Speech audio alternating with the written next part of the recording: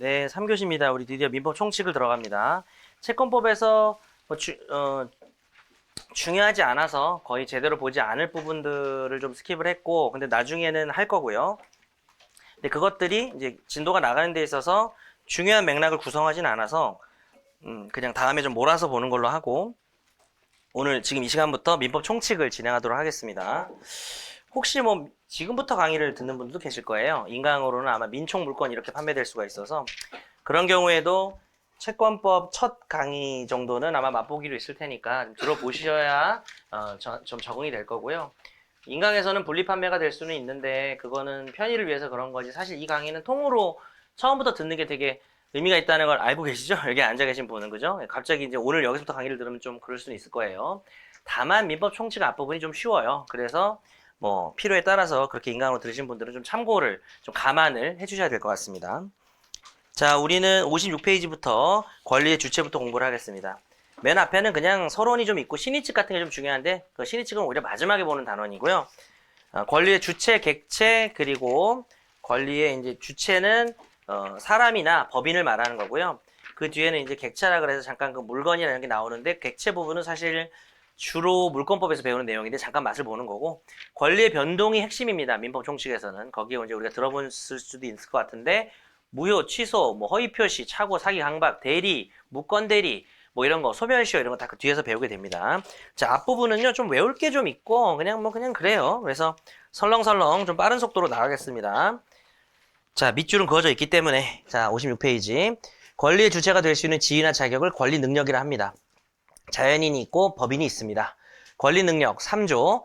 사람은 생존기간 동안 권리 능력이 있어서 태어나서 죽을 때까지가 권리 능력 기간입니다. 야, 진짜 그 정도 깊이 이상으로 볼 게 없어요. 자, 그 다음에 권리 능력 발생은요, 출생이죠. 여러 가지 학설이 있는데 완전히 산모의 뱃속에서 나와야 사람이 된다는 얘기입니다. 형법에 가면 진통설이라 그래서 진통 올 때부터 이제 사람으로 봐서 그때 이제 얘를 죽이면 살인죄가 되는 거고, 그 전에 죽이면 이제 낙태죄가 되는 거고, 뭐 그렇게 되는 거죠.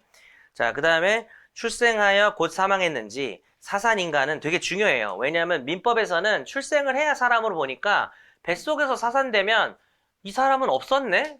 그냥 완전히 무시가 되는 거예요. 근데 태어나서 인큐베이터 갔는데 뭐 죽었다든지 그러면 사람인 시절이 있는 거죠. 배 밖으로 나왔는지가 중요한 거죠. 자, 그 다음에 태아의 권리 능력, 뭐 나름 중요한 단원입니다. 제목의 별표를 하나 하겠습니다. 자, 스민이 뭐예요? 스민. 예.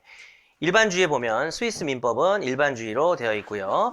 그 다음에 개별주의는 프민, 뭐 이런 것들이 있습니다. 뭔가 했죠? 그러니까 태아 같은 경우는 그냥 태어난 사람이랑 똑같지 이러는 게 스위스 민법이래요. 근데 그 외의 법들은 태아에게만 특별히 인정하는 권리를 규정해 놨습니다. 이게 이제 개별주의가 되겠습니다. 우리 민법은 개별주의예요. 그럼 우리는 귀찮게 개별적으로 태아에게 인정되는 걸 외워야 되겠죠. 그 밑에 두 문자. 태아가 불쌍한 게 되게 많아요. 그래서 불쌍하게 울면서 대피합니다. 불쌍 대피 유유 이렇게 외우시기 바랍니다. 자, 사과는 나중에 몰아서 하겠습니다. 그냥 공부하세요. 불쌍 대피 유유. 자, 민법상 태아에게 권리 능력이 인정되는 것이 이렇게 6가지가 있는데요. 첫 번째, 뭐 아주 중요해요. 불법행위로 인한 손해배상 청구입니다. 뭐 제목 별표를 또 해도 되고, 이제 조문의 별표를 하긴 했는데 뭐 해도 되고 안 해도 되고 하여튼 중요하다는 얘기. 불법행위로 인한 손해배상 청구권에 있어서는 태아를 뭘로 본다? 사람으로 본다. 자, 근데 여러분 조심하실 게 있는 게, 지금부터 이제 들어가는 내용에 대한 전제를 59페이지에 써드리자면, 아주 중요한 얘기예요. 맨 위쪽에다 쓰면 돼요. 사건 당시 태아여야 돼요. 그러니까 불법행위 손해배상 청구는 사건이 언제 일어나요? 불법행위 한 날이죠. 그때 얘가 뱃속에 있어야 돼요. 이미 나왔으면 뭐 인큐베이터에 있어도 태아가 아니니까 태아에 걸리는 문제가 아니라고, 그냥 이해되셨죠? 그 다음에 살아서 출생해야 돼요. 안 그러면 논의 안 한다 그랬어요. 사산되면 사람이 아예 된 게 없는 겁니다. 이게 아주 필수 전제예요. 논의에 뭐 이렇게 써볼까? 태아의 권리 능력 논의에, 그러니까 태아의 권리 능력 논의에 필수 전제예요. 아주 중요합니다. 3개. 그 다음에 하나 더 있어요. 뭐냐 하면 지금 한 것처럼 보호 규정이 있어야 돼요. 개별주의니까 불상 대피 유효가 아니면 논의를 안 해요. 아예 안 합니다. 태아랑 증여계약을 하면 어떨까? 뭐 의미가 없어요. 태아 상태에서 증여계약을 못 하니까. 자, 그래서 불법행위 손해배상 청구가 나왔는데 이 논의를 하려면 짠 하고 가야 할 때 뱃속에 있는 애한테 과연 불법행위가 되냐는 거죠. 어떤 일이 있을까요? 상상을 해볼까요? 뱃속에 있는데 걔한테 어떻게 불법행위를 하죠? 뭐 뭐 식중독 걸리거나 안 좋은 약물 되는 거를 뭐 실수나 고의로 먹이면은 산모한테 얘한테 영향을 주잖아요. 뭐 그런 겁니다. 태아는 손해배상 청구권에 있어서는 이미 출세한 것으로 본다. 그러니까 사람 취급해주는 겁니다. 태아 자신이 불법행위 피해자가 되는 경우입니다. 자, 괄호로 묶여져 있죠. 이거 완전히 다른 얘기예요. 아빠가 죽었을 때 아빠의 손해배상 청구권이 태아에게 상속되느냐의 문제는 그 밑에 B번의 상속의 문제예요. 태아가 상속받을 수 있을까? 이겁니다. 자, 그래서 그건 다음 문제고 여기서는 두 개가 있어요. 1번, 직계 존속을 다치게 하거나 죽게 했을 때 태아가 아까 배웠죠? 자기가 슬픈 거잖아. 이해되시나요? 난 자식인데 우리 엄마가 우리 아빠가 장애가 생기거나 죽으면 난 슬프죠. 당연히. 그건 내 권리예요. 내 권리. 그래서 이겁니다. 두 번째, 아예 태아 상태인데 무슨 뭐 약물이 들어오든지 해서 얘가 뭐 기형이 생겼다든지 그런 거죠. 그것도 손해배상 청구합니다. 근데 이게 약물이 세가지고 얘가 죽었다. 그 안에서. 그럼 아니라고요. 논의 안 한다고요. 두 개예요. 부모를 어떻게 한 게 슬픈 거랑 자기가 슬픈 거예요. 자기가. 부모가 어떻게 해. 그 다음에 두 번째는 내가 다친 거죠. 태아 상태에서도 문제가 생긴 거지. 자, 두 번째 상속입니다. 상속 넘어가기 전에 각주 보겠습니다. 각주 1번. 아까 본 거예요. 아빠를 죽이거나 다치게 할 당시에 태아인 상태라면 방금 뭐라 그랬죠? 무슨 문제예요? 태아도 불법행위의 피해자로 볼 수 있는가라는 거죠. 근데 된다며, 그죠? 되는데 약간 고민이 돼요. 그때 뭐 얘가 슬픈 걸 뭘 알아, 뱃속에 있는데. 하지만 장래 감수할 것이 함정으로 기대되니까 태아 자신이 위자료 청구를 가진다. 여러분, 이 판례가 나온 이유는 이 태아는 어떻게 된 거죠? 태어난 거죠, 당연히. 사산됐으면 이런 판례도 나오지도 않는다는 겁니다. 자, 그 다음에 각주를 말고 2번 위에 올라가서 두 번째 상속입니다. 이 두 개가 제일 중요해요, 앞에 두 개가. 상속은 뭐냐면 사람이 죽으면 그의 모든 권리 의무가 상속인에게 자동으로 승계되는 것입니다. 그러면 상속은 언제 일어나요? 피상속인의 사망 시예요. 한번 써드렸어요. 상속 개시가 뭐라 그랬죠? 피상속인의 사망이라고. 그러면 어떻게 말하셔야 돼요? 상속의 태아의 권리 능력을 논하는 경우는 어떤 사건이에요? 아빠나 엄마가 죽으면 좀 그렇다. 엄마가 얘 뱃속에 있으니까 같이 죽을 수가 있어서 그냥 다 계속 아빠를 죽입시다. 아빠가 죽을 때 얘가 뱃속에 있었다는 거죠. 뱃속에 있으면 사람이 아닌데 아빠가 죽는 게 사건이에요. 그러니까 불법행위로 죽는 게 아니라 그냥 잘 살다 죽었어요. 그랬을 때 얘가 뱃속에 있으면 뭡니까? 걔가 상속받을 수 있냐는 거죠. 근데 받을 수 있다는 거죠. 예, 이게 중요하죠. 그래서 상속 순위에 있어서 태아는 출세한 것으로 보고요. 자, 대습상속하고 유류분권은 나중에 배우는 건데요. 대습상속은 상속인이 뭐 먼저 죽었을 때 다른 사람이 대신 받는 거고 이걸 이따가 동시사망할 때 잠깐 설명을 드릴 거고 유류분권은 들어는 보셨죠? 유류분권 뭐냐면은 내가 상속인인데 우리 아버지가 죽기 전에 재산을 그냥 자기 여자친구한테 우리 엄마는 이제 돌아가셨고 자기 여자친구랑 결혼이라도 하셨으면 그 사람이 상속권이 있는데 뭐 자기 여자친구한테 재산을 다 준 거죠. 그랬을 때 남은 재산이 하나도 없으면 내가 내 받을 몫의 절반은 좀 보장해달라는 거고요. 자식 사이도 마찬가지예요. 뭐 큰오빠만 아빠가 다 주고 죽었어. 그럼 여동생은 똑같이 2분의 1인데 남은 게 하나도 없으면 이제 큰오빠한테 나 4분의 1이라도 줘. 뭐 이렇게 하는 거예요. 유류분권은. 근데 유류분권은 뭘 전제로 하는 거예요? 상속인이 하는 겁니다. 대습상속이나 유류분권 다 상속의 일환이에요. 그래서 태아가 상속을 받을 수 있기 때문에 유류분권도 있고 대습상속도 가능하다. 요걸 좀 기억하시면 되겠습니다. 자세한 내용은 몰라도 되고요. 각주 2번 봅니다. 중요해요. 각주 2번. 넘기지 마시고. 임신 중에 모가 교통사고를 당했어요. 자, 엄마가 죽었는지 다쳤는지도 관심사예요. 근데 그냥 다쳤다고 합시다. 그래서 충격으로 태아가 일찍 나왔어요. 조산되고 그것 때문에 제대로 성장하지 못하고 사망했어요. 자, 그럼 이거 뭐죠? 태어났으니까 그나마 권리가 있을 겁니다. 그리고 태아는 엄마에 대한 교통사고지만 뱃속에 있으니까 나한테도 교통사고를 낸 거예요. 그리고 내가 죽었고 이 죽음은 교통사고 가해자의 책임인 거죠. 그럼 태아가 뭐가 있다 그랬어요? 스스로의 불법행위로 인한 손해배상 청구권이 있다 그랬습니다. 그럼 이건 무슨 문제예요, 여러분? 이거는 1번이에요, 2번이 아까 위에서. 이거 불법행위 손해배상 청구예요. 제가 아까 각주를 같이 안 봐서 그래요. 그렇게 되는 건데 이것은 산모도 피해자지만 태아도 피해자라는 소리예요. 그래서 자, 그 아이는 지금 죽었어요. 생명침해로 인한 재산상 손해를 청구할 수 있다. 근데 아이가 죽었잖아요. 그럼 어떻게 되겠어요? 이것도 상속되는 거죠. 그래서 옆으로 제가 써놨죠. 부모에게 상속이 됩니다. 엄마가 살아있으면 일단 엄마 아빠가 다 상속을 반씩 받고요. 엄마도 만약에 죽었으면 이제 이 태아의 권리를 아빠가 받는 거죠. 근데 왜 자꾸 태아라 그래요? 태어났는데.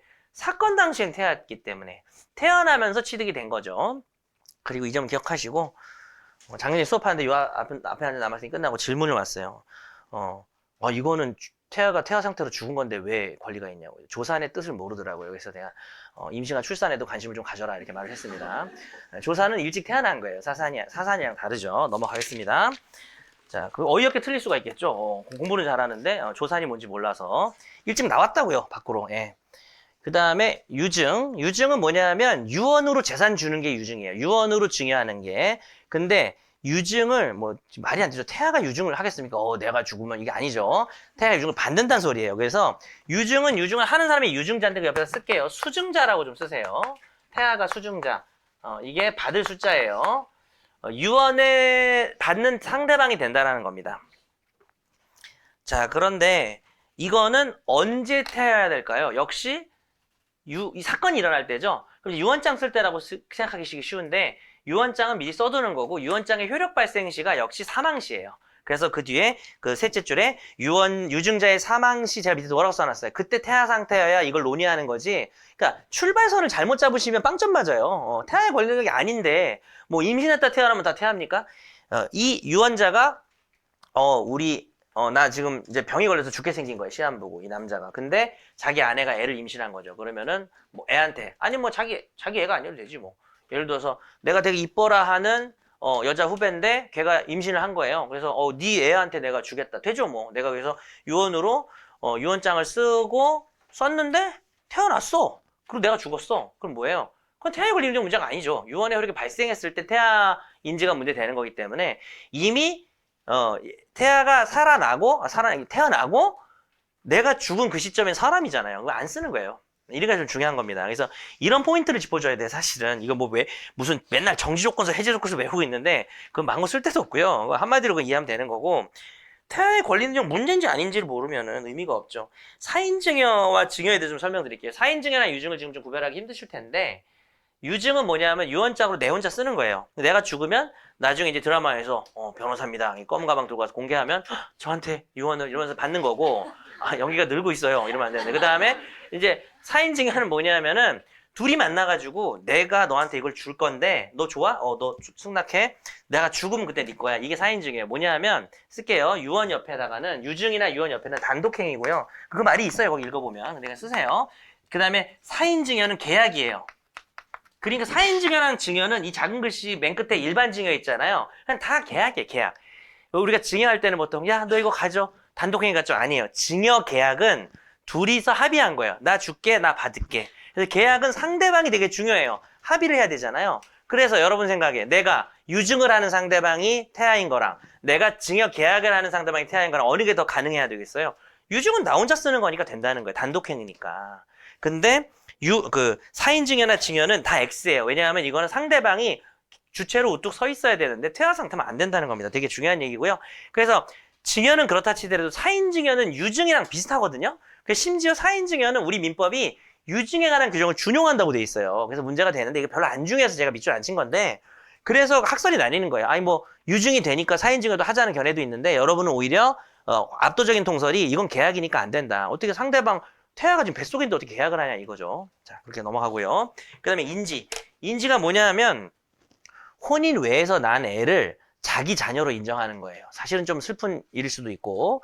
그래서 슬픈 일은 친생 부인이지. 내가 보통 이제 이거는 생물학적으로 남자밖에 문제될 수가 없어요. 인지나 친생 부인은 여자는 뱃속에서 지금 얘가 출산이 되는 상태로서 그냥 친자 관계가 누구도 부인을 못해요, 그거는. 근데 사실 뭐 알잖아요. 자세한 설명 필요 없죠. 남자는 어쨌든 그 자기 애인지는 모르는 겁니다. 그래서 이제 살면서 이제 친생 부인을 하게 되면 이제 슬픈 거죠. 슬픈 거고. 인지는 보통 이제 나쁜 놈들이 많죠. 바람을 피운다든지 아니면 뭐 나쁜 놈이라고 뭐 할 수 있는지 모르겠는데 예전에 뭐 이렇게 사귀던 사람하고 사이에 애가 있는지 몰랐는데 결혼을 했는데 아니면 결혼 안 해도 상관없어요. 어쨌든 내가 결혼을 이루고 혼인신고를 해서 거기서 나온 자식이 아닌데 사실은 내 자식인 거를 인정하는 게 인지입니다. 근데 태아 상태에서 뱃속에 있는데 배를 가리키면서 내 애다 할 수 있다는 거예요. 인지는. 그래서 제가 아까 피를 붙인 거는 태아가 이제 인지를 당하는 거죠, 당연히. 그래서 피인지자라 그래요. 피인지가 되는 거고 유증도 조심하시고 이제 수증자 받는 거고 뭐 이렇게 돼 있습니다. 참고로 생모도 인지를 하는 경우가 있는데 진짜 예외예요. 배에서 막 나오고 있는데 인지할까요? 그게 아니라 애가 이제 뭐 오랜 뭐 버려졌다든지 뭐 옛날 진짜 요즘 드라마도 아니고 옛날 드라마 그 집 앞에 이렇게 애 놓여있고 뭐 이랬을 때 나중에 이제 뭐 여자도 인지를 할 수는 있습니다. 근데 주로 이제 남자가 하는 거고 인지는 친생 부인도 그렇고 이 여자는 친생 부인 하는 게 거의 없다고 보시면 돼요. 그래서 나중에 가족법에서 배우는데 여자도 친생 부인 할 수가 있어요. 그건 뭐냐면 남편한테 네 애가 아니야라고 부인하는 게 있습니다. 그래서 그것도 되긴 됩니다. 내 애를 아니라고 부인하는 게 아니고 내가 낳았지만 네 애가 아니야 이게 되는 겁니다. 가족법 보면은 남성하고 여성이 다를 수가 있어요. 그래서 그 얘기를 이 수업에서는 얘기 안 했지. 여러분이 가끔 문제에 제가 가끔 이제 앞으로 이제 배우자 이런 게 나와요. 남편 아내라고도 나오겠죠. 근데 배우자라고 내가 했는데 여러분이 그냥 뭐 갑은 남자, 을은 아내 이렇게 쓰시면 안 돼요. 뭐 갑나 물려라서 그런 겁니까? 그런 게 없어요. 뭐 옛날에 무슨 대기업 면접 시험 볼 때 뭐 그런 거 있었잖아요. 뭐 의사가 환자가 응급 환자가 실려왔는데 뭐 의사가 뭐였지? 의사가 내 아들입니다. 그랬더니 아들이 우리 아빠가 아니에요. 그래서 무슨 일일까? 엄마였다. 뭐 이런 거죠. 그래서 그러니까 아니 왜 그냐면 이게 아니 의미가 있어요. 아니 의사라는 직업은 왜 남자만이라고 생각하냐 이런 의미는 있죠. 그러니까 그걸 잘 생각하시라고요. 그래서 근데 내가 문제를 좀 우습게 내서 그런데 문제는 좋은 문제입니다. 저한테 그러지 마시고 어쨌든 좋은 문제인데 그래서 내가 뭘 얘기하려고 그랬지? 그래서 여러분이 왜냐하면 가족법으로 가면 남자랑 여자가 되게 달라요. 그러니까 뭐 평등은 평등인 거고 다를 수밖에 없는 게 있어요. 그래서 이거를 함부로 쓰시면 안 될 때가 있습니다. 그래서 배우자는 배우자로 쓰시고 비슷한 얘기예요. 부동산인데 막 토지라고 막 X 부동산이라고 했는데 X 토지는 이러면 안 돼요. 그런 말 한 적 없잖아요. 그러니까 X 토지로 나오면 X 토지고 X 부동산이 나오면 X 부동산이라고 하면 그것도 참 별거 아닌 것 같지만 좀 중요하게 하시고 그 다음에 태아의 법적 지위. 자, 이제 이걸 가지고 맨날 사람들이 드립다 외우는데, 제가 한마디로 딱 설명해 드릴게요. 이 논의를 벗어날 수가 없어요. 그래서, 봐봐요. 예를 들어볼게. 남자가 있어요. 그 다음에 여자가 있고, 결혼을 했는데, 자식이 있는데, 사실 여기다 좀 당당하게 쓰기가 좀 그런 게 태아예요. 요 뱃속에 있는 거죠. 요렇게. 그런 상태에서, 이 상태에서, 짠! 뭐, 다쳤어요. 죽거나. 그랬을 때, 얘의 능력을 물어보고 싶은 거예요. 얘의 능력은 일단 죽었다 합시다. 좀 어렵게 내봅시다. 죽으면은 이 사람이 짠 하고 취득을 해요. 근데 이게 짠 하고 상속이 되죠. 물론 여기도 되겠지만 그 다음에 죽는 순간 얘가 슬프다. 자기 권리도 생기는 거예요. 그죠? 두 개라고. 이거 나눠 쓰는 게 핵심인데 그리고 나서 자 사건을 보면 일일이 쓰지 맙시다. 사건을 보면 1번 아빠가 사고로 죽어요. 2번 얘가 출생을 해야 논의를 할 거 아니에요. 그죠? 그러면 이거는 사고 당시인데 우리는 답을 알죠? 얘는 권리가 있어요. 근데 이 엄마가 지금 배부른 상태예요. 근데 나중에 뒤에서 보면 미성년자 같은 경우에 미성년자는 혼자 법률행위를 못하니까 부모가 대리를 해줘요. 친권자가 대신 한다고요. 그럼 그걸 여기다 적용하면 아빠가 죽었고 지금 엄마가 배가 부른데 이 상태에서 얘 사람 맞죠? 그렇게 볼 수도 있잖아요. 맞잖아요. 태아는 사람이라며. 그럼 나 이 법정 대리합니다. 배부른 상태에서 돌아다니면서 생각하시면 돼요. 딱 그림을. 이게 된다는 게 해제 조건설이에요. 근데 이건 무슨 문제가 있냐면 얘가 만약에 뱃속에서 사산되면 이런 식으로 행사했다가 다 이게 막 뒤바뀌어야 되기 때문에 법률 관계가 좀 뒤틀릴 수가 있어요. 그리고 행사를 했는데 쌍둥이야. 몰랐는데. 그러면 2명이었네? 그럼 또 법률 관계가 헷갈릴 수가 있다는 거예요. 사실 약간 고전적인 논인 게 요즘 다 알잖아요. 초음파로. 그죠? 그리고 요즘 사산이 거의 안 되거든요. 뭐 초반에 뭐 어려울 수는 있지만 그러니까 사산율이 너무 낮아서 해제 조건설의 어떤 비판에 그런 문제가 있는 거고 그 다음에 두 번째 어떤 견해는 알았어 기다려 이 여자한테 기다려 좀 기다려 인정을 할 건데 좀 기다려봐 쭉 기다리다 태어나면 똑같이 해줘야 되니까 이때부터 권리를 취득한 걸로 봐주는 거예요. 그래서 사건을 뒤로 과거로 해서 인정해준 걸 뭐라 그래요? 소급해서 인정하는 거죠. 그래서 기다리라는 견해가 정지 조건설이고요. 일단 뭐 정지했다가 나중에 하는 거고 해제 조건설은 돌아다니세요. 마음대로 하세요. 하고 근데 혹시 애가 태어나지 않으면은 다 없어집니다. 이런 거예요.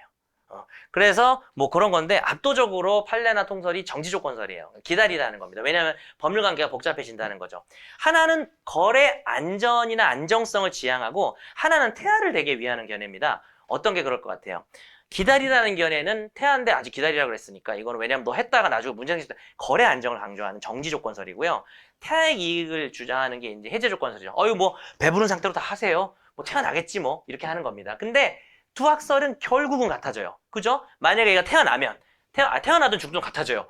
정지 조건설은 태어날 때까지 기다리다가 사산이 되면 아무것도 안 합니다. 해제 조건설은 막 했지만 사산이 되면 다 없어지니까 똑같아요. 결국은. 그 다음에 태어나면 어때요? 해제 조건서를 막 했다가 태어나면 그때 잘하셨네 이런 거고, 정지 조건서는 기다렸다가 태어나면 하지만 그때 하는 거지만 이때부터 하는 걸로 소급해서 생각해 주니까 다 같다는 거예요. 그래서 정지 조건서과 해제 조건서는 핵심이 그 위에다 쓰시면 맨 위에 제목이 뭐라고 돼 있어요. 이미 출세한 것으로 본다의 의미를 가지고 학설 대립인데 잘 안 들어올 거란 말이에요. 그 위에다 문장을 하나 써드리자면은 출생 시까지 기다릴 것인가 이렇게 생각하면 돼요. 네, 아주 간단합니다. 근데 이거를 이해를 못 해가지고 난리를 치더라고요. 그리고 예전에 법대 시절에는 학생들이 이제 여기서부터 공부를 시작하니까 맨날 태아만 봐요. 그러다가 이제 조금 더 보면 미성년까지 보고, 나 고딩까지 봤어 이러고 법대 시절에는 그랬는데, 요즘은 이제 오히려 학생들이 판례가 있는 게 중요한 걸 아니까 오히려 여기를 좀 안 보는 성향이 있습니다. 그래서 대충 보고 이렇게 하는데요. 자, 그 다음에 대반전은 그 위에다가 어느 쪽 빈 공간에다가 CF, 우리가 정지 조건, 해제 조건이라는 단원이 있어요. 이 조건은 소급표가 원래 없어요. 뭐냐 하면 나 너한테 100만 원 줄게. 입학하면, 로스쿨 입학하면 100만 원 줄게. 내가 이랬어요. 그래, 입학 안 하면 안 주는 거야. 이건 조건이죠. 그러면은 입학하면 그때 이제 100만 원을 주는 거지, 소급해가지고 뭐 이 얘기 한때 뭐 100만 원을 줬어야 된다, 왜 지체 책임 뭐 이러지 않잖아요. 해제 조건도 뭡니까, 일단 주지만은 그냥 귀찮아요. 그런 거 있어요. 그래서 이거는 뭐냐면 조건이 성취되면 그때부터 다음 단계로 효력이 가는 거지, 소급해서 다 뒤집고 없애는 게 아닙니다. 그래서 이거 뭐 중요한 얘기는 아닌데, 근데 이 이름을 따온 학설인 거예요. 정지 조건 설. 그러니까 두 개를 플러스했다 마이너스냐, 마이너스했다 플러스냐를 말하려고 학설을 따왔는데, 이 견해들은 다 소급표가 있죠. 다 소급표가 있는 거죠. 소급해서 다 없애거나 소급해서 다 인정해 주거나.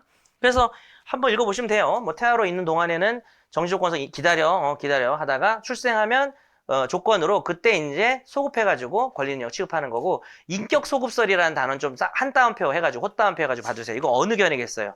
정지 조건설이죠. 인격을 소급해서 인정하는 거죠. 그러면 태아인 동안에는 기다리니까 법정 대리는 뭐 하지 말라는 거예요. 미성년자고 뭐 그런 거 없고 그냥 지금 아무도 없다는 거예요. 태어나기 전에는. 다만 이제 교수님이 비판이랑 근거를 섞어 놓으셔가지고 헷갈리는데, 비판이 뭐냐면 태아의 이익을 소홀히 하죠.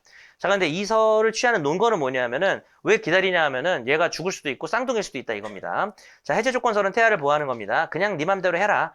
사산되면 그때 안 하면 되지 뭐, 소급해서 이런 겁니다. 태아인 동안에 법정들이 있는 견해고 소수설이고 우리는 이걸 취하지 않습니다. 판례로 갈 수밖에 없어요. 거래 안전에 보호가 생기죠. 갑자기 없어지니까. 근데 이 논거가 뭐냐면은, 요즘 누가 사산되냐, 다 태어나지, 이렇게 얘기를 한다고 합니다. 과학이 발달했다, 뭐 이런 거고. 그 다음, 판례. 요걸 잘 기억을 해야 발표해놨죠? 현행법상 이를 대행할 기관이 없다. 이 대행은요, 뭐 대리를 의미하는 거예요. 그래서 뭐 법정 대리를 할 수가 없고, 그러니까 사람이 없는데 어떻게 법정 대리를 하냐 이런 거고, 태아를 있는 동안은 권리력 취득할 수 없고, 살아서 출생한 때 출생 시기를 문제의 사건 시기까지 소급해서 그때 태어난 것처럼 봐주겠다라고 해서 정확하게 인격 소급표입니다. 인격 소급설. 자, 마지막에 중요한 말이에요. 별표를 할게요. 마지막 줄에. 양설 모두 최소한 살아서 출생해야 됩니다. 태아가 사는 경우에는 어느 경우 뒤에 뭐라고 되어 있을까요? 어느 경우든 어느 학설이든 어쨌든 권리능력은 없는 겁니다. 시간적 간격설이 거기 좀 나와서 괜히 밑을 쳐봤고, 그 다음에 각주 1번에 보니까 그런 얘기 있어요. 태아가 불법행위로 뱃속에서 죽었으면 얘는 아무 일도 일어나지 않은 겁니다. 얘가 손해배상청권을 가질 수가 없고요. 뭐 얘가 죽었으니까 뭐 상속되겠다, 뭐 그런 것도 안 되겠죠. 아무것도 안 됩니다. 자, 태아 끝났고요. 그 다음에 권리능력 소멸은요, 사람이 죽으면 그 64페이지에 제가 밑줄을 쳤죠? 그건 사진 찍었구나. 찍기 아까워가지고. 자, 소멸되면, 사망하면 소멸하죠. 사망과 관련해서 동사추를 한번 배우겠습니다. 동치 사망의 추정입니다. 뭐 요것도 재밌어요. 자, 상속을 좀 배워야 되는데, 자, 뭐 이런 거죠. 이 남자가 죽어요. 이 남자가 죽으면 이 남자의 재산이 제일 관심이 있는데, 애가 있으면 애한테 가고 애가 없으면 부모한테 가요.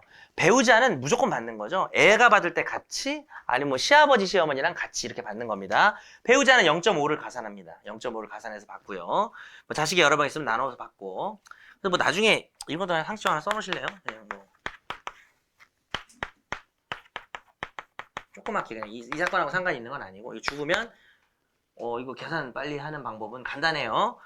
얘가 0.5를 더 줘야 되니까 얘 한 명 대 얘의 비율이 어떻게 돼요? 2대 3이죠. 2대 3. 그럼 이제 2를 다 쓰시면 돼요.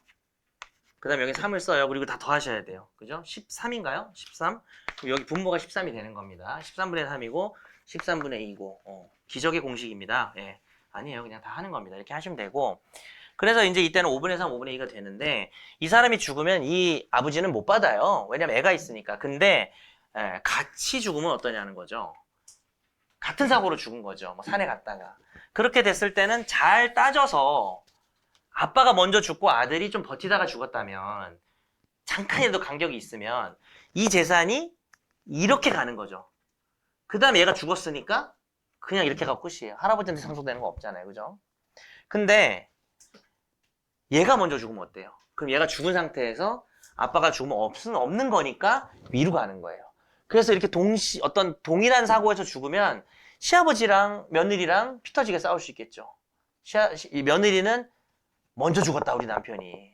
그리고 이 사람은 손자가 먼저 죽었다고 이제 싸우는 거예요. 그죠? 근데 우리는 웃지만 항상 이제 의뢰인들이 오면서 상속사고는 이런 걸로 변호사님을 처음 뵙게 돼서 너무 부끄럽네요. 양반인 분들 그렇게 많이 말을 해요. 왜냐면 근데 이 돈이요, 여러분. 150억이에요. 그럼 안 싸울 거예요? 싸워야 되는. 예, 예. 슬픈 거고. 어쨌든. 네. 그래서 이제 그런 문제가 있는데, 동일한 위난으로 죽었어요. 지금 얘는 뭐 돈이 없는 거고, 동일한 위난으로 죽었으면, 뭐 비행기를 타고 가다 죽었거나 이랬으면, 그걸 못 밝히잖아요. 그럼 이제 뭐라고 하냐면, 우리 규정이 같이 동시에 죽은 걸로 보자라는 거예요. 추정. 추정은 뭐냐 하면 입증을 통해서 깰 수는 있어요. 비행기 사고로 죽었으니까 같이 죽었지 했는데 블랙박스가 나온 거야. 그때 뭐 먼저 죽었고 뭐 나온 거. 그러면은 깰 수는 있는 거야. 이거 뭐 영원히 못 바꾸는 건 아닌데. 그리고 동시에 죽은 사람들은 짠 죽었기 때문에 상속이 안 일어나요.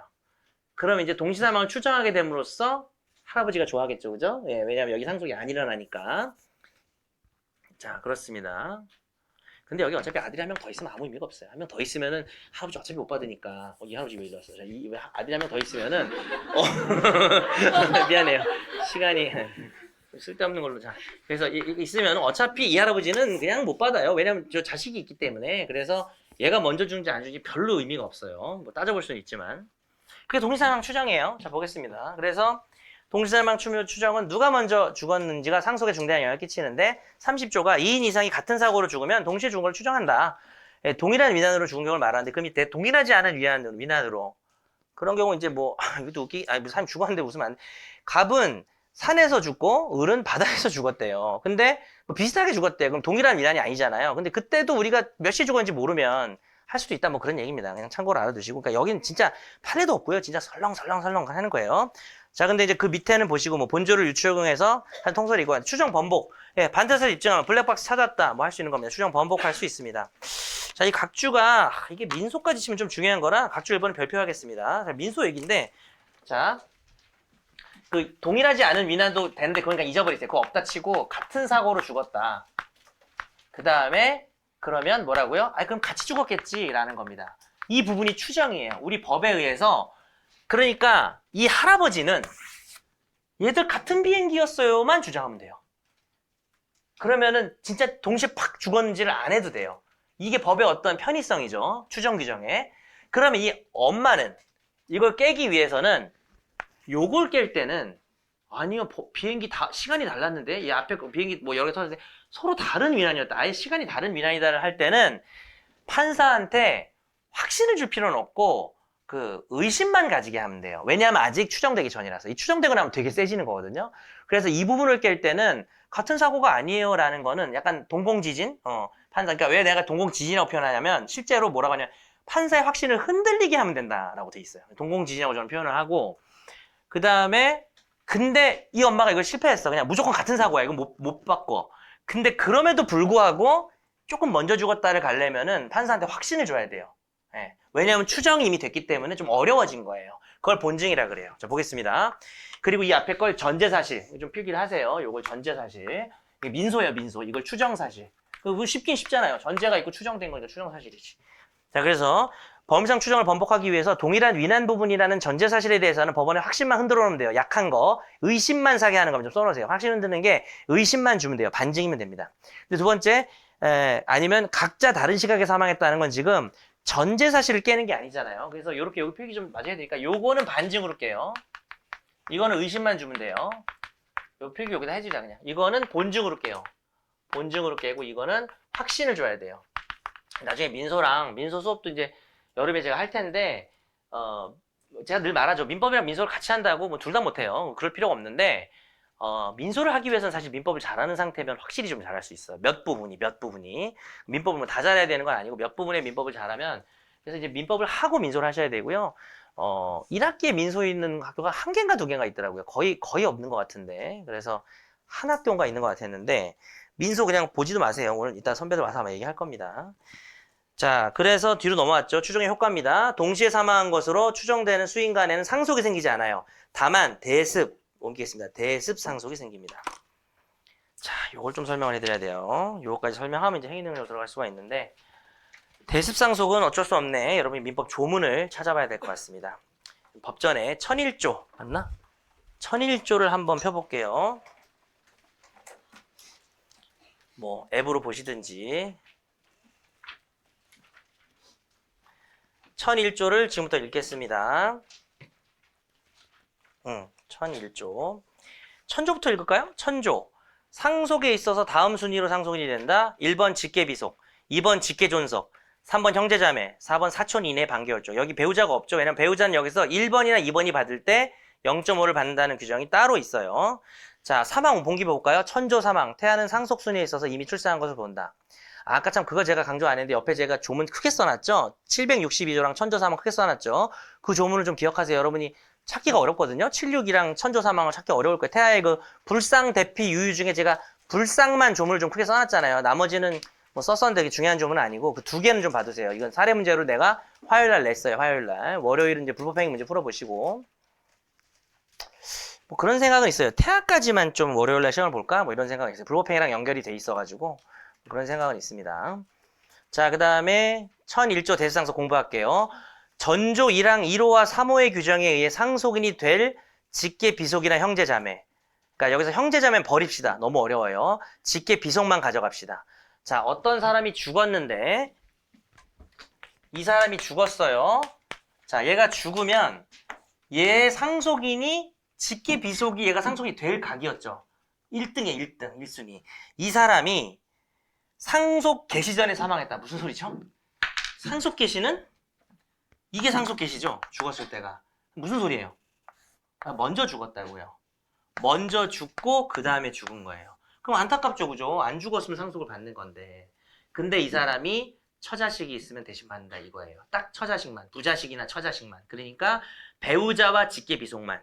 얘가 결혼한 사람이 있고 또 낳은 애가 있으면 이 사람의 몫을 가져가는 게 대상속입니다. 결격도 여기서 버릴게요. 너무 복잡해지니까. 얘가 상속 결격이라도 대신 받는 겁니다. 안 죽고. 근데 여러분 이제 내일 문제 내는 거는 모레인가? 내는 거는 죽은 것만 낼 거니까 그렇게만 합시다. 자, 그럼 이게 이런 일이 벌어져요.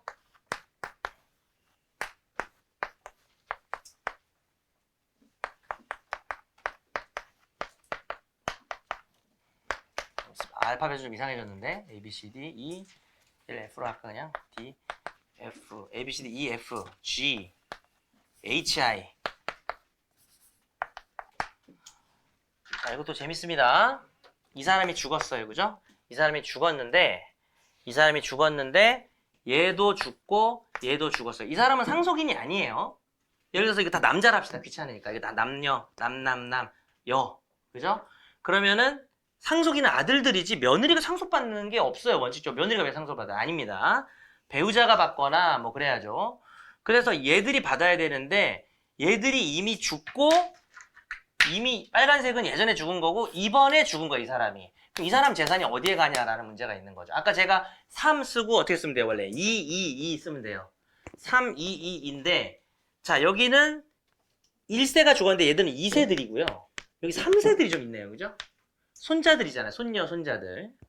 자, 그런 상황에서 빨간색이 먼저 죽었다면 이 몫을 배우자나 자녀가 받는다고요. 그렇다면은 직계 비속이라고 해가지고 뭐 얘가 있고 그래서 얘들이 4명이니까 넷으로 똑같이 받는 게 아니라는 소리예요. 그래서 이게 어떻게 되느냐 어떻게 계산하면 1, 2, 3, 4, 5, 6, 7 7이니까 자, 뭐 7이 14. 계산 좀 할게요. 잠깐만요. 30, 42 더하기 21. 이 사람이 계산 틀릴 것 같긴 한데 63억을 가지고 있었어요. 63억을. 계산 틀려도 그냥 이해해 주세요. 갑자기 소수 나올 수 있습니다. 놀라지 마세요. 63억인데 63억을 일단 3, 2, 2로 가져가는 거예요. 그래서 더하니까 이거 좀 도와주세요. 자, 7인가요? 아, 자, 1, 2, 3, 4, 6, 9죠, 9. 9분의 2, 9분의 2, 9분의 2, 9분의 3인 거예요. 그러면 이 할머니는, 우리 할머니는 9, 7이 63이니까 7, 3, 21억 이건 확정. 이해됐죠? 그 다음에 7, 3, 14억. 14억씩이 가는 거죠. 그럼 이 사람이 14억을 가져가는 거예요. 근데 이 사람은 14억을 가져가야 되는데 이걸 얘가 대신 가져가는 거죠. 그리고 여기는 14억을 가지고 다시 어떻게 해요? 조그맣게 3, 2, 2니까 7분의 나 이거 하려고 잘했죠. 7분의 3, 2, 2니까 2, 3, 6, 6억, 며느리 6억, 얘들 4억. 이해됐나요? 이게 정답인 거죠. 63억이 이렇게 나뉘는 겁니다. 제가 강조하고 싶은 건 이들의 몫을 나눠 갖는 거고 여기서 나눠 가질 때도 1대 1.5라는 거죠. 그 말씀을 드리고요. 그럼 대습상속 얘기 다 끝났고요. 자, 이제 판례 소개하겠습니다. 물론 이제 여러분이 상속법의 규정을 지금 잘 몰라가지고 뭐 이 사람들이 대등하게 받는다든지 뭐 이런 부분들 좀 어려워하실 수는 있는데 네, 이걸 한번 볼게요. 실제 있었던 사건입니다. 남자를 중심으로 하겠습니다. 이 남자가 실제로 남자였고요. 이 남자가 나예요, 나는 아내가 있었어요. 내 기준으로 할게요. 그 다음에 자식이 있어요. 한 명 있다 합시다. 그 아내는 장인. 나의 그 장인어른이 있는 거죠. 이 사람 중심으로 쓰는 거예요. 그냥 다 관계를.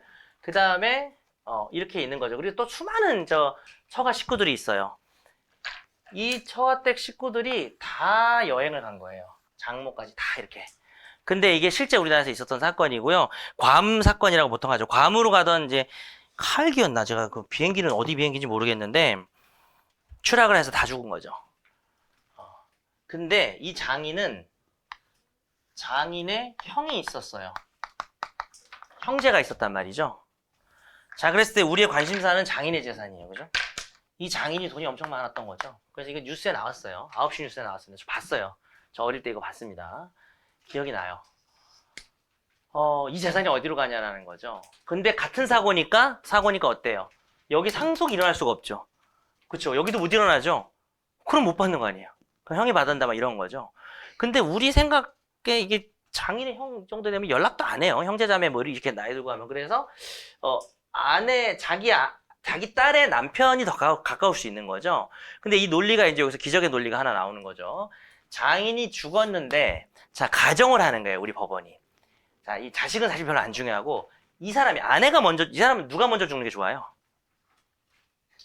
그 말이 좀 이상한데. 그러니까 어차피 같이 죽었는데 그러지 맙시다. 우리 사이코패스처럼 그러지 말고 그냥 이제 이거는 내용이니까 아내가 먼저 죽는 게 좋죠. 아내가 죽으면 누가 먼저 죽는 게 좋은 게 없네요. 자, 좋을 게 없어요. 봐봐요. 장인이 먼저 죽으면 아내한테 돈이 다 올 거예요. 그죠? 그 다음에 아내가 죽으면 나한테 오는 거예요. 뭐 자식은 그냥 없다 치고. 근데 아내가 먼저 죽으면 못 받을 수가 있잖아요. 아내가 먼저. 근데 어떻다 그랬죠? 이 사람이 죽었는데 자식으로 상속받은 사람이 먼저 죽으면 그 사람의 처자식이 대습상속을 하죠. 그러니까 어떻게 하든 얘한테 와야 돼요. 근데 동사추 규정 때문에 같이 죽으면 상속이 아니라니까 뭐다. 이건 말이 안 되는 거예요. 그래서 우리 판례가 법을 깬 거죠. 법에 뭐라고 되어 있냐면 전에, 이게 포인트예요. 상속 개시 전에 사망을 해야 되는데 동사추는 동시 사망이니까 전에 죽은 건 아니잖아요.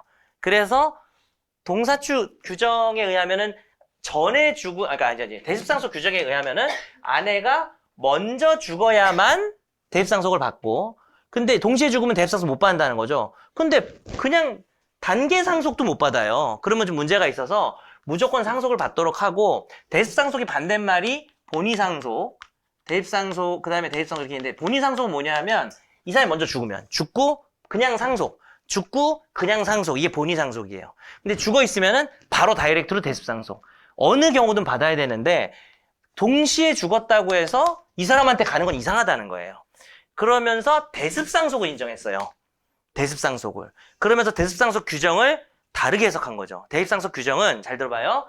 이 받을 사람이 이 사람이 얘보다 먼저 죽어야 된다고는 돼 있지만 동시사망 추정되는 경우도 적용한다는 거예요. 대습상속이라도 받게 해주려고. 자, 이 아내의 이름은 피대습자입니다. 이해가 되시나요? 자, 상속인이고 상속인이 될 자죠. 될 뻔했던 자고 근데 얘가 대습자잖아요. 대신 다시 세습해서 상속을 받는 거예요. 그래서 피대습자입니다. 그럼 이렇게 얘기해 볼게요. 대습상속은 원래 이 사람 이름 피상속인이에요. 좀 빨리 얘기해 볼게요. 대습상속은 원래 피상속인이 피상속인보다 피대습자가 먼저 죽어야 하지만 피대습자와 피상속인이 동시에 사망한 걸로 추정되는 경우에도 대습상속은 가능하다 이렇게 됩니다. 읽어볼게요. 자, 그 밑에 있죠. 상속인이 될 직계비속 피대습자예요. 그게 지금 저 아내예요. 아내의 직계비속이나 배우자 이 사람들 뭐라 하면 대습자라 그래요. 내가 대신 받을 거야 라는 사람이죠. 그러면 피대습자가 상속개시보다 먼저 죽으면 아내가 먼저 죽으면 대습상속을 해요. 그 다음에 피대습자가 상속개시 후에 죽으면 그러니까 장인이 먼저 죽으면 차례차례 거쳐서 본인 상속을 해요. 근데 동시사망 추정되는 경우만 못 받아. 이 말이 안 되는 거예요. 둘 중에 하나일 텐데 보나마나 둘 중에 하나잖아요. 누가 먼저 죽었겠지. 어떻게 동시에 죽어요 사실. 그건 추정인 거지. 그래서 이 헌재이 불공평하다. 말이 안 된다. 이러면서 천일조 우리가 읽었던 천일조에 상속인이 될 직계비속이 상속개시 전에 사망했다는 말은 상속개시와 동시에 사망한 걸로 추정되는 경우도 포함하는 게 한목적적 해석이다. 한목적적 해석의 반대말은 문리적 해석이라는 거예요. 워딩. 문리에 따라서 워딩에 대한 문의적이라고도 합니다. 문의적. 그 글의 뜻에 그대로 맞게 하는 게 문의적 해석이라면 여기서는 문의적 해석 X라고 하시면 되겠어요. 문의적 해석을 안 하고 한목적적 해석을 했다는 거죠. 목적에 맞춰서 그냥 좀 국어를 조금 다르게 해석한 거죠. 예, 그렇게 하시면 되겠습니다. 자, 이제 한 30분 남았네요, 수업이. 자, 이제 행위 능력을 들어가서 최대한 보겠습니다. 행위 능력. 그 전에 의사 능력. 여러분, 의사 능력 앞에다가 이렇게 하세요.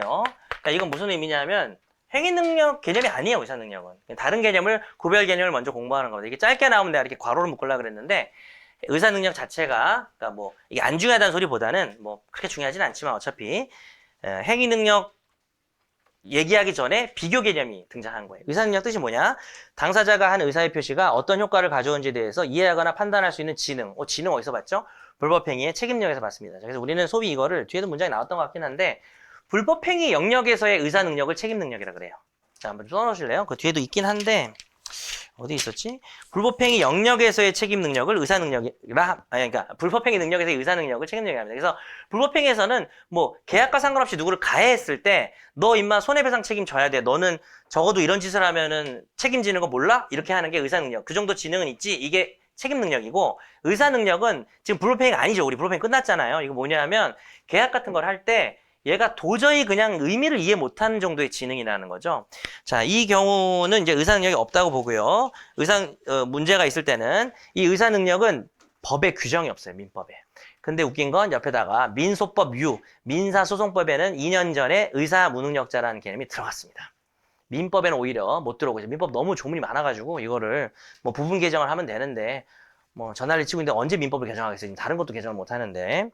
자, 그 다음에 효력이죠. 의사 무능력자가 한 의사 표시는 절대 무효입니다. 그래서 절대적 무효의 뜻은, 자, 지금 한번 얘기를 할 테니까 그동안 얘기가 나왔는데 다시 한번 이제 민총으로 왔어요, 우리는. 그러면 이제 무효는 잘 알아야 돼요. 위에다 적든지 해서 절대 잊어버리지 마세요. 절대적 무효와 상대적 무효의 뜻. 절대적 무효는 제3자 보호 X. 누구에게나 무효 이런 뜻이에요. 상대적 무효는 그러니까 사람마다 다르다는 소리니까 제3자 보호 동그라미가 됩니다. 근데 이걸 제가 왜 강조하고 적으시라고 하냐면 나중에 또 헛소리해요. 공부 잘하시는 분들도. 그래가지고 이거는 추인을 못해. 이거는 완전히 뭐야. 추인이 불가능해. 절대적 무효지. 강사나 뭐 교수들도 그렇게 얘기해요. 완전히 용어를 잘못 쓰고 있는 거예요. 절대적이란 말 그냥 강조하려고 쓰는 것 같은데 제3자가 보호되냐 안 되냐는 의미로만 쓰셔야 돼요. 그럼 무조건 틀린 용어 사용이 됩니다. 넘길게요. 그래서 A라는 사람이 맛이 갔어요. 사실 의사무능력은 거의 맛이 간 거거든요.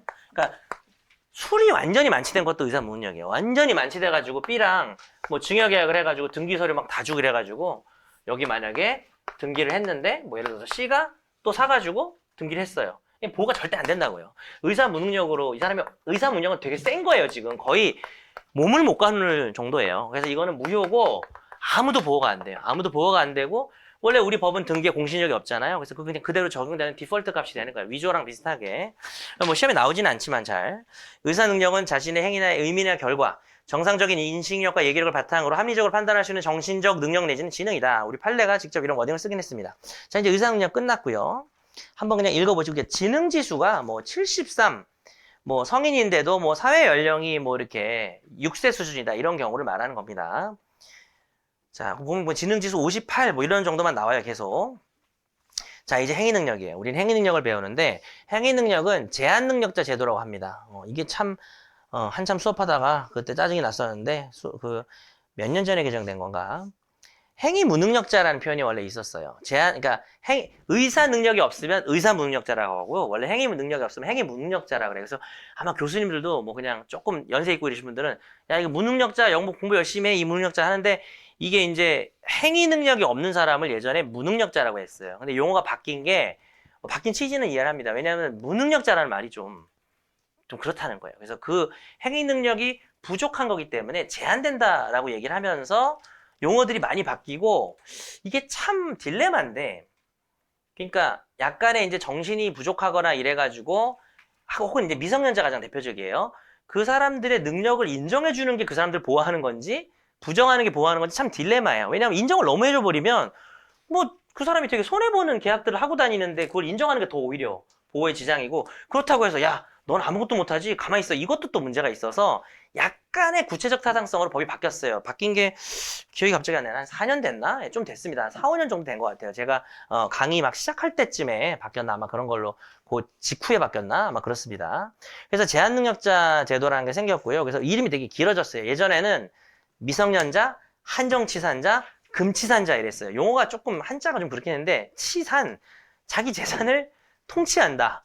근데 그게 금지돼 있다. 금치산자. 왜냐면 옛날 판례 보다 그 말이 나와서 넌 아예 네 재산 손도 대지 마. 다른 사람이 알아서 해줄 거야. 너 대신. 그 다음에 한정치산자는 일부만 하지 마. 이런 거였는데 요즘에 이제 금치산자가 뭘로 바뀌었냐 하면 피성년 후견인으로 바뀌었어요. 말이 좀 어려워요. 그래서 후견을 누가 해주는 거죠. 근데 미성년자면 당연히 뭐 부모가 있거나 할 텐데 뭐 미성년자도 부모가 없는 경우는 후견인이지만 성년이면 이제 부모가 하는 게 아니라서 부모가 할 수도 있는데 부모가 당연히 하는 게 아니라서 성년 후견인이 그 사람을 도와줘요.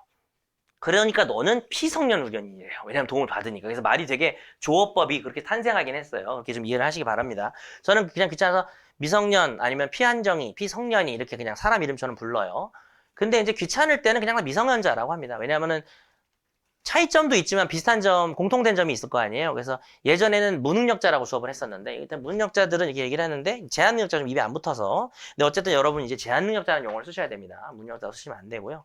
옛날에 뭐 농담 많이 했어요. 공부하면서 나 유치권 무능력자야 이러고 뭐 학생들 공부하면서 그런 얘기를 많이 했었는데 지금은 이제 의사 무능력자 이럴 때 하나 쓰는 거고 행위능력에서는 제한능력이라는 단어가 있으니까 옛날 사람처럼 될 수가 있어요. 무능력자로 쓰면. 그래서 그 말 안 써야 되겠습니다. 자, 근데 이 말이 중요해요. 개별적으로 의사 능력을 따져서 아, 당신 그거 매매할 때 상태가 어땠나요? 그런 게 아니에요. 그냥 딱지를 딱 붙이는 거예요. 뭐 나쁜 말처럼 들릴지 모르겠지만 행위 능력이 있어요, 없어요? 그냥 민증 까봐 이러는 거죠. 민증 깠는데 미성년자면 그냥 없는 거야, 그때. 그리고 성년자면 그냥 있는 거고 되게 획일적인 제도예요. 아까 의사문력은 그때 왜냐면 정신이 좀 돌아왔다가 나갔다 이런 사람도 있잖아요. 그 사람들은 의사문력할 때 계약할 때 어땠는지 따져봐야 돼요. 그날 어땠어? 되게 개별적 구체적 제도라면 옆에다 쓸게요. 획일적 제도예요. 행위능력은. 그래서 미성년은 정확하게 나이 까서 얘기하는 거고요. 그 다음 성년 아까 제가 그런 얘기 했죠. 그 사람을 제한능력자로 만들려면 법원이 성년 후견 개시 심판이라는 걸 해야 돼요. 누군가 신청을 하는 거죠. 아, 우리 애가 조금 사고를 당해서 좀 정상적인 통상인의 어떤 정신 능력이 없다. 그럼 법원이 여러 가지 의사 감정을 보고 아, 그럼 이 사람은 지금부터 저 나이가 20대가 넘었지만 성년 후견의 개시를 심판합니다. 라고 말하면 그 심판이 딱 있으면 그때부터 딱 제한 능력자고 그 전에는 이미 좀 상태가 조금 부족해서 계약을 했었어도 행위 능력자인 거예요. 그러니까 이건 오로지 민증을 까든지 법원이 심판이 있었어 없어 이것만 보면 돼서 되게 단순한 제도입니다. 다행인 거죠, 그죠? 우리가 공부하기엔 좀 다행인 거고 의사 능력 부분은 따져야 돼요. 그날 어땠습니까? 상태가 술을 많이 먹었습니까? 아니면 그날 뭐 또 약간 병이 도져가지고 정상적인 판단이 안 됐나요? 뭐 이렇게 되는 겁니다. 자, 그래서 볼게요. 거래 안전보다는 본인 보호에 중점이 있는 제도예요. 왜냐하면은 미성년자로 그냥 앞으로 편하게 얘기할게요. 미성년자는 애들이 판단력이 부족하기 때문에 뭔가 계약을 했는데 뭐 철없이 할 수가 있으니까 이 계약을 어떻게 하냐면 취소를 할 수 있게 해놓은 거예요. 자, 제한능력자 제도는 뭐 사실 쓸 필요 없어요. 뒤에 하도 많이 나와서 취소를 할 수 있게 하는 겁니다. 자, 그 다음 이 꽃순이는 뭐 중요하지는 않아요. 미성년자가 만취한 상태면 일단 피해야 됩니다. 미성년자도 위험한데 만취까지 했으면. 근데 이게 왜 나왔냐면 미성년자면은 제한능력자라서 취소를 해요. 의사무능력자라면 아까 제가 무효라 그랬어요. 그래서 여기 무효도 되고 취소도 된다는 얘기인데 뭐 하나도 안 중요합니다. 읽을 필요도 없고요. 뭐 겹칠 수도 있겠구나 수준에서 충분합니다. 자, 그 다음에 금지 책임령 나가기 직전에 각주 보겠습니다. 판례예요. 법률행위 당시, 계약할 당시 법원으로부터 금치산, 한정치산 선고를 받은 일이 없는 이상. 이게 지금으로 말하면 뭐라고요? 성년 후견 개시 심판, 한정 후견 개시 심판이에요. 뭐 한번 연습 한번 써보세요. 단어 교수 좀 짜증나죠, 그죠? 성년 후견 개시 심판, 그 다음에 한정 후견 개시 심판. 이 사람은 성년 후견을 시작하자. 이 사람은 한정 후견을 시작하자라는 심판이 없었다면 계약할 때 아무리 부족한 분이어도 이 사람에게 취소할 수가 없어요. 그러니까 이 사람이 행위 무능력자, 그 당시에. 지금은 제한능력자로 볼 수 없다는 겁니다. 자, 그렇지만 이 사람이 정말 지능이 많이 부족하면 어떻게 하면 돼요? 취소할 게 아니라 무슨 제도를 이용하면 돼요? 규정은 없지만 의사 무능력자라는 걸 입증해서 취소를 안 하고 어떻게 하면 됩니까? 무효다! 이렇게 말하면 됩니다. 자, 여기까지 뭐 어려울 게 없고. 자, 제한능력자 제도 들어가겠습니다. 자, 남은 20분 동안 대충은 보겠네요. 신용카드 판례까지 보면 되겠습니다. 예. 미성년자만 봅시다. 예. 제한능력자 제도 드디어 들어갑니다. 나름 중요한데 그러나 뭐 중요한 내용이 많지 않아요. 자, 이거는 별표하긴 좀 그래요. 여러분이 앞으로 100번 좀 볼 거라서. 제한능력자의 행위는 취소할 수 있다 이겁니다. 취소를 처음 배우네요. 이제 드디어 취소할 수 있는 행위입니다. 취소를 하면 처음부터 무효가 된다. 이게 참 마음에 안 드는 게 소급해서 무효가 된다고 하시면 좋아요. 한글화 된다고 해서 처음부터라고 바꿔서 자꾸 책을 써주시는데 아니, 법전에 소급하라고 돼 있고 우리가 공부할 때 이거를 소급효 공부를 하거든요. 처음효를 이걸 뭐라고 처음효 이럽니까? 그래서 이 책이 언젠가부터 바뀌어서 이건 좀 말씀드리고 싶어요. 처음부터 무효. 이상해요. 뭐 이게 더 쉬워요? 그건 아닙니다. 그래서 소급해서 무효고요. 모든 사람에 대해 무효가 되고 절대적 효력이 있습니다. 아, 이거 중요해요. 절대적 효력. 그래서 이것도 절대적 무효인데 여기 절대적 무효라고 딱 쓰기가 조금 애매한 게 이게 취소할 수 있는 행위라서 취소해야 무효가 되는 거니까 가장 정확한 말. 취소하면 절대적 무효가 된다. 취소하면 절대적 무효가 된다. 그렇다고 뭐 절대적 취소라고 그런 단어는 없어요. 절대적 취소라는 단어가 없어가지고 취소하면 절대적 무효가 된다가 가장 정확한 말씀이 되겠습니다. 강행 규정입니다. 예, 우리 사회에서 그래도 이런 좀 능력이 부족한 미성년자도 보호해야 되고요. 또 결국은 어떻게 보면 정신장애인들이죠. 예, 그거에 대해서는 당연히 강행 규정으로 봐서 제가 거래했다가 손해봤어요. 이런 것보다는 이 사람들 보호하는 게 더 중요하다는 얘기가 되겠습니다. 적용 범위, 재산상 법률에만 적용이 됩니다. 사실행위 불법행위는 적용이 안 돼요. 불법행위에는 능력과 관련해서는 무슨 능력을 하나 배웠죠? 예, 책임 능력 개념이 불법행위에 쓰는 개념입니다. 의사 능력이나 행위 능력은 불법행위 아닌 데서 쓰고 있습니다. 자, 오른쪽에 원칙적으로 가족법상 행위, 여기다 X 해버리려다가 밑에 X 했어요. 그냥 가족법상 행위는 단독으로 할 수 있다. 이 사람이 아무리 부족해도 결혼한다는데 무슨 말인지 알아요? 예, 좀 부족하지만 결혼은 단독으로 할 수 있는 거고요. 그래서 적용이 없는 겁니다. 지금부터 공부하는 내용은 가족법에는 적용이 없는 게 원칙입니다. 자, 제한능력자 드디어 본론인데 첫 번째 제한능력자 오늘은 미성년자까지 공부하겠습니다. 미성년자 19세 4조. 예, 이건 뭐 크게 쓰지 않고 앞에다 조문이 있어가지고 찾기도 어렵지가 않아가지고 옆에 안 썼어요. 크게. 법이 개정됐죠, 몇 년 전에. 원래는 20세까지는 미성년자로 봤어요. 근데 19세부터 이제 성년으로 봅니다.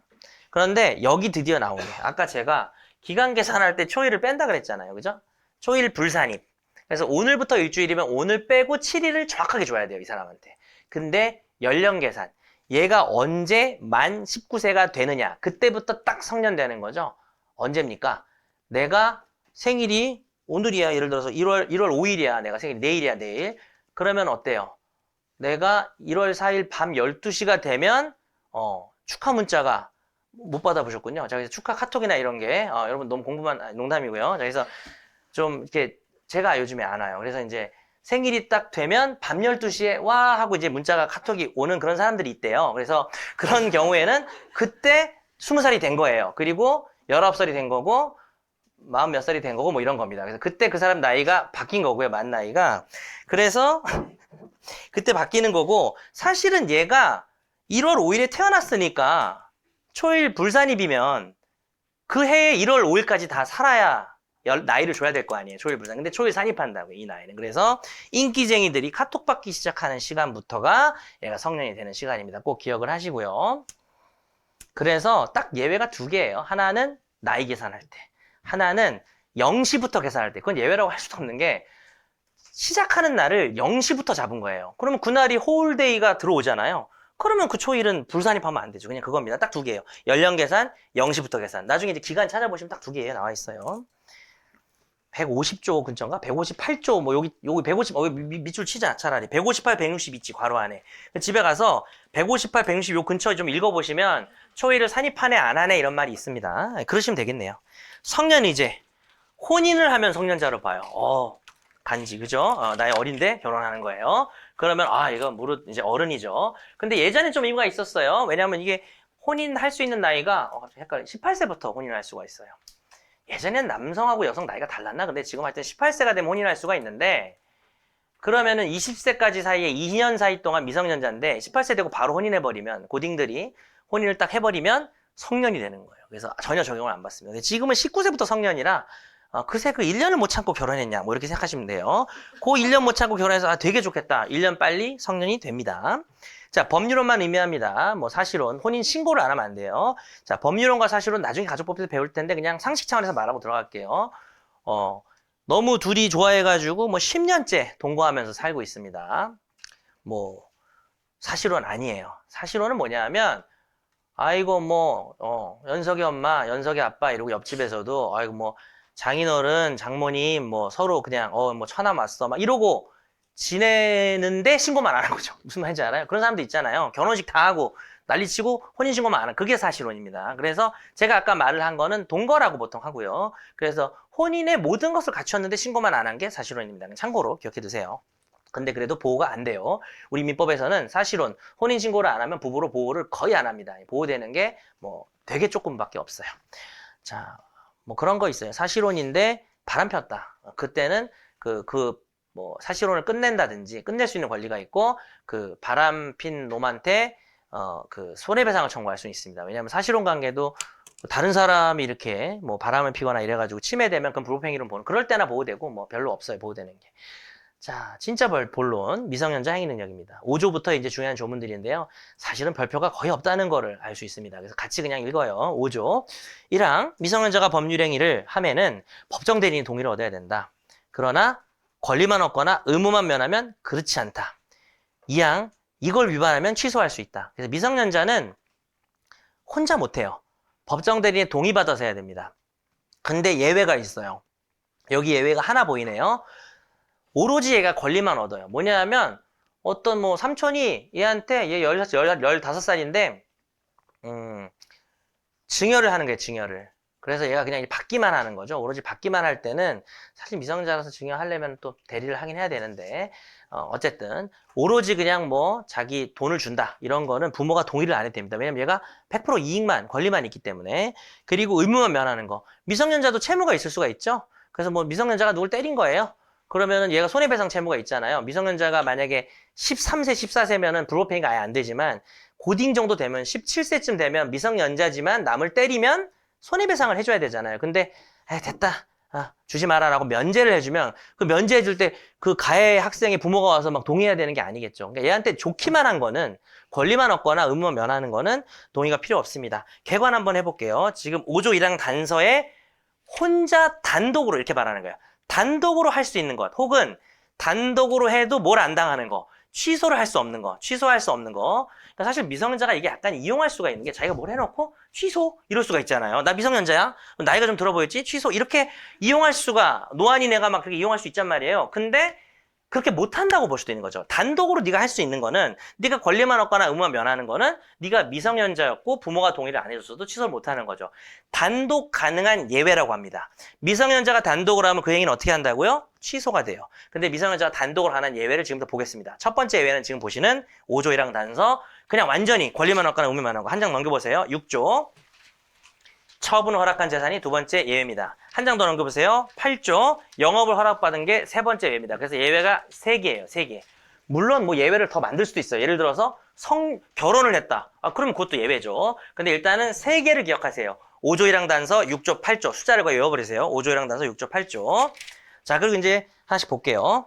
개요. 법정 대리인의 동의를 받아야 된다. 동의 없이 법률 행위하면 취소할 수 있다. 취소하면 소급표가 있는 무효가 된다. 이때 동의는 무엇인가? 법률 행위 하기 전에 미리 동의를 하든지 할 때 옆에서 해줘야 됩니다. 그건 뭐 밑줄은 안 쳤지만 나중에 동의하는 건 우리가 나중에 추인이라 그래요. 뒤에서 배웁니다. 자, 그거는 뭐 다음 시간에 배우고 미성년자나 상대방에 대해서도 마찬가지다. 그러니까 이게 미성년자 얘가 신도림 테크노마트 가서 휴대폰 산다 이거예요. 그러면은 부모가 동의서 같은 거 받아오라 하잖아요. 근데 그때 얘한테 동의서를 줘도 되고 아니면은 얘가 거기서 엄마 해가지고 전화해가지고 엄마 바꿔줘가지고 그래 우리 해주세요 뭐 해가지고 뭐 가족관계 보내주고 하면 그 상대방 거래 상대방 그러니까 이렇게 생각하셔야 돼요. 부모가 있고 미성년자가 있고 거래한 상대방이 있겠죠, 그죠?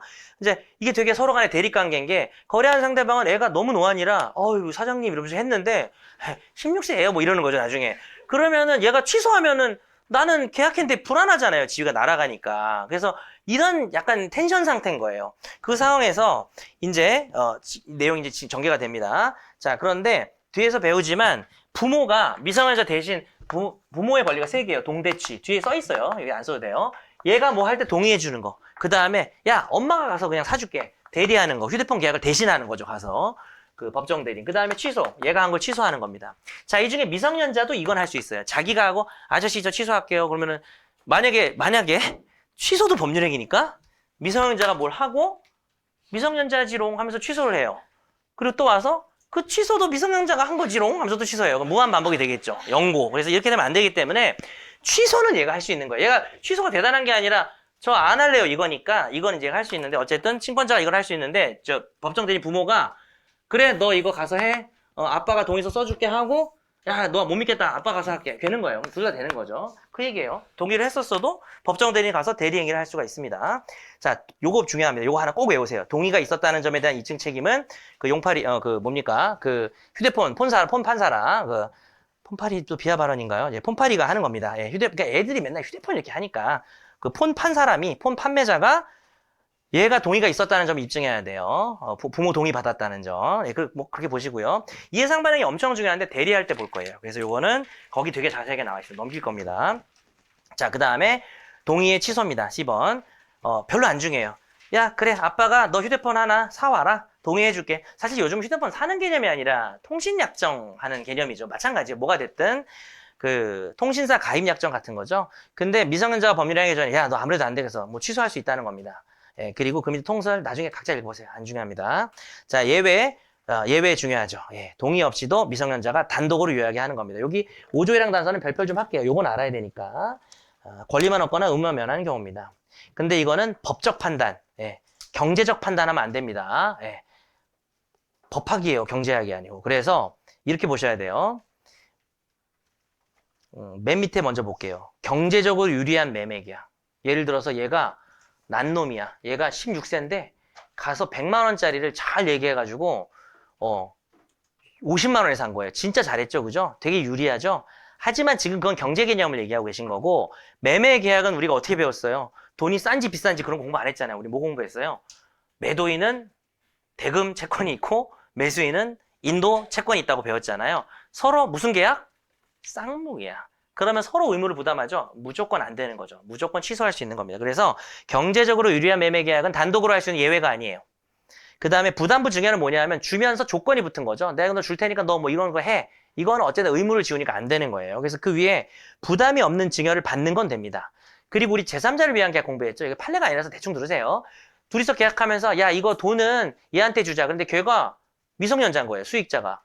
근데 걔가 그냥 혼자 받는 거잖아요, 채권을. 하나도 걔가 부담할 게 없잖아요. 제3자를 위한 계약에서 의무는 요약자가 이행하고 권리는 수익자가 취득하잖아요. 이런 거 된다는 거 모든 교수님들 책에 있는 거예요. 그래서 그냥 우리도 알아야 돼서 본 거지 여기는 되게 밀도 있게 공부하는 부분이 아닙니다. 그래도 한 번은 같이 보셔야 됩니다.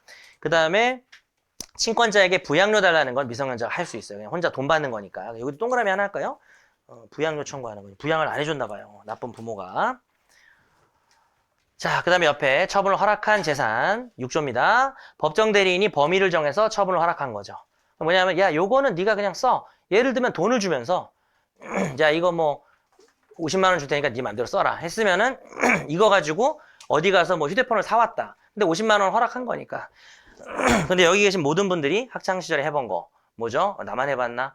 이거 뭐 사야 된다고, 책 사야 된다고 해서 받아서 딴 데 썼죠. 그래서 책 사야 된다고 하고 휴대폰을 샀어요. 그럼 부모가 허락한 거는 목적을 생각해서, 용도를 생각해서 허락한 건데 어쨌든 금액은 50을 했죠. 자, 이때는 뭐 거래 상대방을 좀 보호를 해야 되기 때문에 금액만 지키면 된다 그래요. 그래서 사용 목적 X 하세요. 그래서 사용 목적을 지킬 필요가 없어요. 재산의 범위 동그라미입니다. 아빠가 나보고 100만 원 쓰라고 했으면 어디다 쓰든 내 맘인 겁니다. 왜냐하면 상대방이 어떤 목적으로 허락했는지까지도 알아보기엔 너무 힘들어요. 그래서 처분 허락했다는 거 알면 넘어가는 거고 이건 별로 안 중요하고 허락은 사전에 하는 거죠. 뒤에 넣은 거 보면 처분을 해서 다시 처분하는 경우에는 원칙적으로 다시 허락을 받을 필요가 없다. 모르겠죠. 얘가 뭐 돈을 줘서 가방을 사고 가방을 팔아서 돈을 받고 이건 괜찮겠죠. 근데 별로 온 일 다 하네. 가격이 현저하게 초과하는 거. 아빠가 2,000원 줬어. 복권 당첨됐어. 그래서 1억 됐어요. 그러면 그거 내 맘대로 써도 되냐? 그건 좀 허락을 요한다. 뭐 이런 걸 왜 공부하는지 모르겠어요. 자, 그 다음에 저 있으니까 읽는 거예요. 자, 그 다음에 허락이 있다고 하여 법정 대리인 스스로 대리인을 할 수는 있다. 뭐 문장 이상하죠? 허락이 있다고 해서 대리를 못하는 건 아니다. 대리를 또 한다. 아까도 그런 게 있었죠? 동의. 근데 용어를 좀 조심하세요. 아까는 야, 그럼 너 가서 해라 하고 동의하는 거고 지금 이거 허락은 뭐냐면 요 재산 네 맘대로 써라고 주는 거니까 일단 허락이라는 단어를 정확하게 써주시고요. 허락 입증 책임 똑같아요. 어차피 상대방이 주장하는 거예요. 입증하는 거예요. 허락 취소 대충 읽어보시고요. 자, 그 다음에 고민되네. 무리하지 않게 보면 영업 허락 보고 그냥 깔끔하게 끝내면 되고 진짜 중요한 건 사실 이 밑에 판례인데 도저히 볼 시간이 안 될 것 같아요. 오늘 칼같이 50분에 끝나야 돼서 오른쪽에 영업의 허락을 보고 끝내겠습니다. 제일 중요한 거를 못했지만 옆에 마지막 예외입니다. 영업 허락입니다. 그래서 딸이 17인데 커피숍을 카페를 하나 운영을 하고 싶대요. 그래서 아빠가 그래 너 카페 운영해라고 영업을 허락한 거예요. 그래서 아빠가 인정한 카페예요. 이름이. 그래서 아빠가 인정한 카페고 얘가 여기서 사장이 된 거죠. 영업을 허락했으니까. 그럼 얘가 뭘 할까요? 직원을 채용합니다. 고용계약이고요. 커피 원두 물품 매매 계약을 할 겁니다. 그리고 거기서 또 커피를 파는 또 그런 여러 가지 용역이나 이런 계약을 할 겁니다. 이 모든 것들이 법률행위고 17세가 이걸 하면 안 되지만 영업을 허락했다면은 되는 겁니다. 자, 근데 이건 지금까지하고 살짝 결이 다른데 볼게요. 미성년자가 법정 대리인부터 허락을 얻은 특정한 영업. 여기서도 용어는 허락이네요. 재산 처분도 허락이고 어떤 행위를 하라고 네가 가서 해. 계약해. 이거는 동의해요. 요건 이제 영업을 허락한 겁니다. 그랬을 때는 특정한 영업이어야 돼요. 그 카페만 되고요. 자, 좀 얘기가 세지네요. 성년자와 동일한 행위로 되게 격상됐죠? 그리고 이제 8조 2항 한번 읽어보세요. 아빠가 허락을 취소할 수도 있고 나중에 허락을 줄일 수도 있어요. 양을. 근데 선의제한자에겐 대항을 못한대요. 원래 우리 민법에서 선의제한자 대항 못하는 조문이 다 A급인데 이것만 A급이 아니에요. 별로 안 중요해요. 판례가 없어서 한번 읽어보세요. 뭐 그렇겠구나 하고 넘기면 돼요. 진짜로. 자, 본조의 취지. 번잡한 상태에서 신속한 영업을 하려면은 그냥 이 딸이 커피숍 관련해서는 다 할 수 있게 해줘야 된다는 겁니다. 그 밑에 영업은 독립적 개수 사업이고 뭐 이런 거 안 중요해요. 반드시 영업의 종류를 특정해야 됩니다. 그러긴 하겠죠. 근데 한 영업 단위에서 일부만 허락하는 거는 그 고객들하고 관계가 뭐 되게 복잡해지겠죠. 야, 전자대리점 해. TV는 못 팔어. 야, 카페 운영해. 카라멜 마끼아또는 내가 팔 거야. 이런 거 안 됩니다. 그래서 딱 특정한 것만 자를 수는 없어요. 자, 그다음 그 밑에 허락에 대한 입증 책임 상대방인데 뻔하겠죠. 다 그랬네. 이 동네는 다 그래요. 상대방이 입증 책임을 져서 미성년자를 보호하겠다는 겁니다. 자, 이 영업에 관해서는 모든 행위가 점원, 채용 다 단독으로 할 수 있어요. 전부 성년자와 동일한 행위 능력이 있다. 그래서 그 영업에 관한 모든 거가 성년자 행위 능력, 그 페이지를 넘기면 충격적인 말이 하나 나옵니다. 드디어 여기만 차이가 뭐냐? 법정 대리인의 대리권 소멸합니다. 이 영업에 관해서는. 대리도 못해요. 아까 뭐라 그랬죠? 동의해도 그냥 내가 할래. 대리권 남아있다 그랬는데 영원히 이 아버지가 대리권이 없어졌다는 게 아니라 이 영업 관련해서만 대리권이 없는 거예요. 대신 와서 할 수 없습니다. 요거 그냥 시험에 나오고요. 별로 안 중요하고 영업 허락의 취소와 제한도 여러분이 읽어보시면 될 것 같고 네. 뭐 약간 애매하네요. 그래서 더 나가기가 좀 애매해서 자, 오늘 수업은 여기까지 하고 마무리 말을 하면 데일리 테스트를 일요일에 드릴 테니까 불법행위를 좀 공부해서 풀어보시고 월요일에 그걸 풀어드리겠죠? 그리고 오늘 수업한 것과 월요일 수업을 합쳐서 화요일에 데일리 테스트가 나가니까 양이 조금 많은 듯 하지만 그렇게 많지는 않을 거예요. 이게 시험 낼 게 없어요. 지금 여기가. 그래서 그렇게 보시면 될 것 같고 네, 그래요. 오늘 수업 여기까지 하겠습니다. 고맙습니다. 네.